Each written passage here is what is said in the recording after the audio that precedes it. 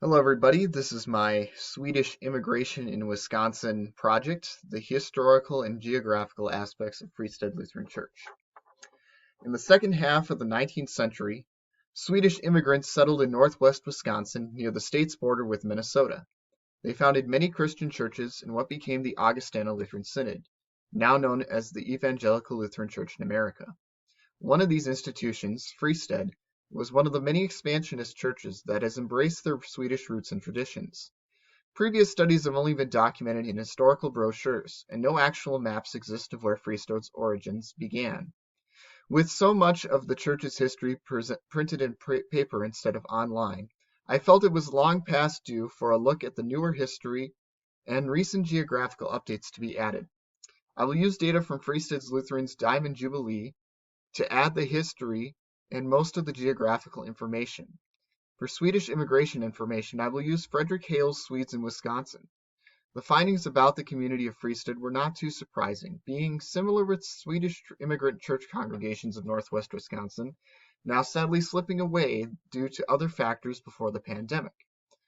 Fristad's history of not changing so much with the times has made me think recently on how much it was out of touch when I was a member growing up.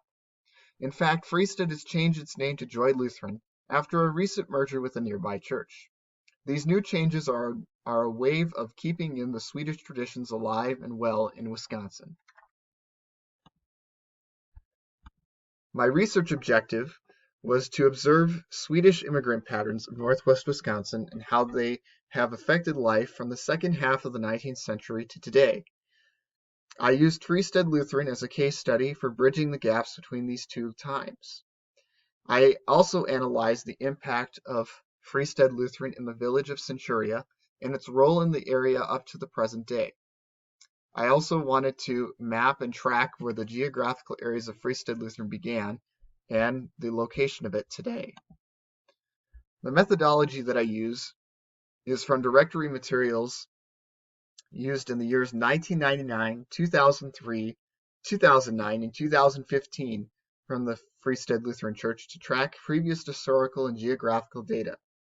I also used the Diamond Jubilee booklet of Fristad Lutheran for its historical background and context of Swedish immigration, as it tended to cover that period of time. I also used resources from the UW-EC McIntyre Library, including Frederick Hale's Swedes in Wisconsin. I also tried to track more resources from the University of Wisconsin River Falls, although that kind of hit a dead end, and I'll explain a little bit later on that. We also used our textbook, Wisconsin's Past and Present, a historical atlas for some background and map information. So yeah, a lot of past materials were used in this study. So my results, Swedish immigrant traditions are still strong today, especially within the church. An example would be the annual fall dinner at Fristad Lutheran Church, which consists of an old Swedish meatball recipe and mashed potatoes, as well as other fixins for that time. It's probably the most Swedish Fristad Lutheran does get. There are also other traditions that Fristad Lutheran has done for many years, including a chicken dinner during the village of Centuria's town celebration on Sunday, late Sunday mornings and early afternoons before the parade. We typically would serve at least 100, 200 people sometimes because our chicken dinners were pretty legendary. However, bordering Chisago County, Minnesota has done a better job of selling out their Swedish traditions. This is done in numerous ways. You can see it on the signs, the road signs. They have sister cities with Sweden. There are Swedish flags all around a lot of the small towns, especially the town of Lindstrom. And especially Lindstrom has a lot of businesses and tourism that are connected to Sweden. Even a play was written on the adventures of Karl Oskar, who was a fictional character, by Bjorn and Benny of ABBA. So yeah, kind of cool. It was released in 1996. And I actually watched a video on it a long time ago. Going back to Fristad, Fristad is not unlike many other small congregations in that it has recently struggled to stay with the budget. This is due to, of course, common problems with many church organizations is declining membership and, of course, declining donations.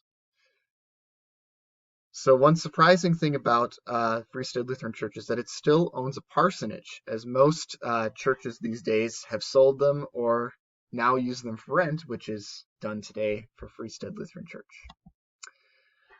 I conclude that there is much more information that needs to be collected about the church, connecting it to the past. I did my best, but there is far more I need to do.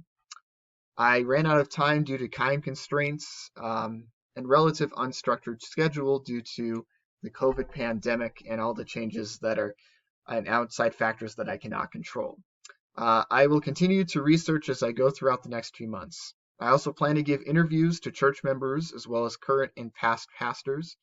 I also need to create a cartographically pleasing map that looks professional to show all of the locations where Fristad's journey begins and ends.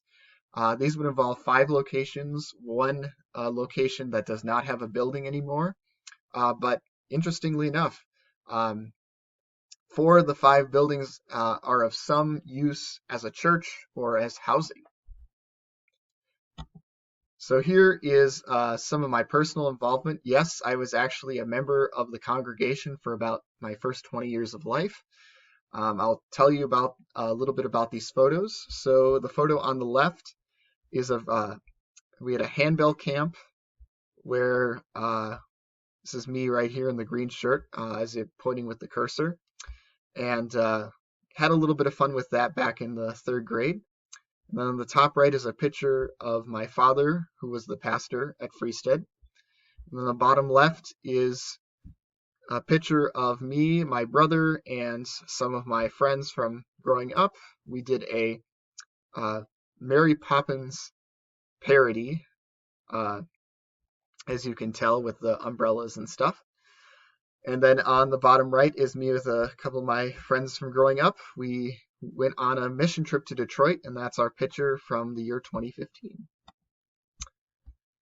And then my personal involvement with the church, as I talked about a little bit in the photos, my father served as pastor from September 1998 to June 2018, and I spent my childhood growing up in the church parsonage. I was heavily involved in the church activities and events from Sunday school to confirmation, being an acolyte, band member, singer, lector, and at other capacities. If you don't know what an acolyte is, or a lector means reader, and an acolyte means essentially like an altar boy, what you would consider in the Catholic Church. I was also part of the community and still am through electronic means of communication. I was fortunate enough to have had conversations with many of the children and grandchildren of the original members before these elderly members passed away. Fristad for me was a very central place for communication, meals, socializing, and really, really happy childhood memories of my childhood and my young adulthood. I do hope to revisit what is now the new Joy Lutheran sometime in the future. Joy Lutheran became what it was with a merger with Milltown Lutheran and Fristad Lutheran, officially becoming their name changed on April of 2020. So they actually haven't met in person since the shutdown of COVID. So hopefully something like that will happen sooner, and that people will get to gather again sometime soon. Here is my bibliography.